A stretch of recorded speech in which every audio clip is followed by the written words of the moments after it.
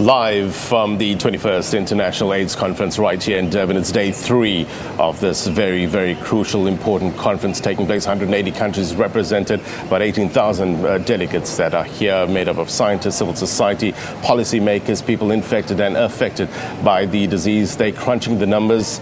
Back in last year, in fact, 180,000 people died here in South Africa. That's down from 410,000 back in 2006. Huge improvements, but many agree, no room for complacency. Let's further this conversation now. Dr. Aaron Motsoaledi joins me now live. He's the Health Minister. Minister, thank you very much indeed for your time. Day 3, any concrete outcomes, practical outcomes as yet? Well, obviously there's going to be a declaration at the conference, but there are lots of discussions going on in separate rooms about the way forward. Mm-hmm. And look, when we look at the numbers, we look at South Africa's accomplishments, we look at the ARV programs. We have about, 3.4 million people on these ARV programs. We have over 6 million people that are HIV infected in this country. What is the push now? How do we push back these frontiers of HIV, of TB, of AIDS? Well, you are aware that we have agreed on the 1990, which was held in this particular conference 2 years ago in Melbourne, in Australia. That will have to find 90% of all the people who are HIV positive, put 90% of them on treatment, and make sure that 90% are virally suppressed. We are doing the same for TB. We made the proposal for 1990 for TB. But secondly, you'll remember that I read my budget speech here in South Africa in May, and I announced that from September, we are going to go on to test and treat. You remember all this time, ever since the advent of HIV and AIDS, we've been treating people when a CD4 count was at a particular level. Now, CD4 count no longer matters from the 1st of September. We find you, we test you. If you are HIV positive, we put you on treatment immediately. Yeah, and that's a huge task. Government is all hands on deck for that one? Yes, we are hands on deck.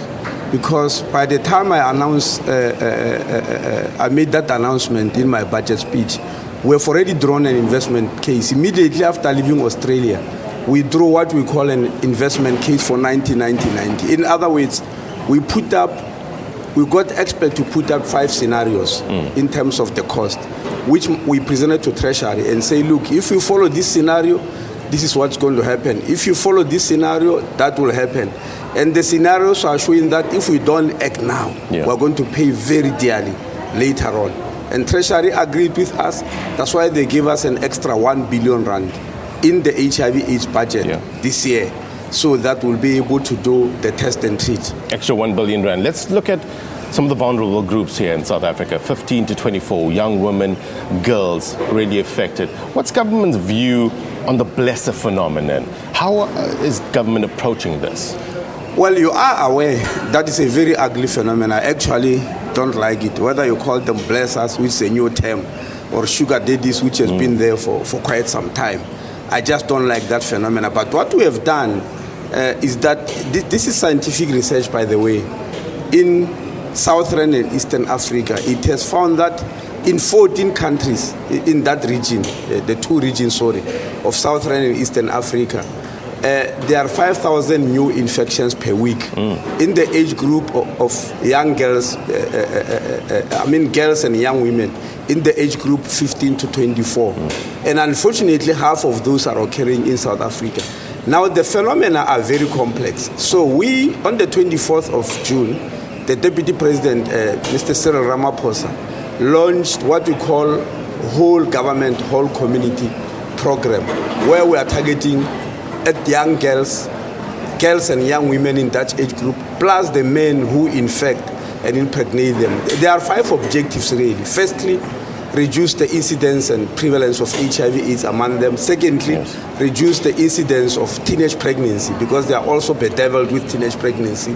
Thirdly, keep them in school for as long as possible. Fourthly, reduce gender-based violence and sexual violence among them, because they are victims of that.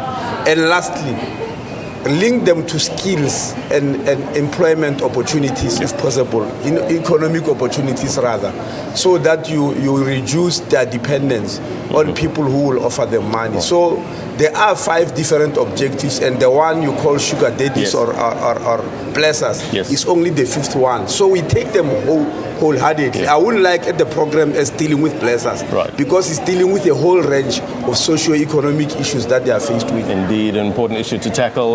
Dr. Aaron Motsoaledi is the Health Minister. Thank you very much indeed for your time. Stick around, there's lots more to talk about from here, the 21st International AIDS Conference. But now let's throw it back to Johannesburg and check out what's happening in your world of sport.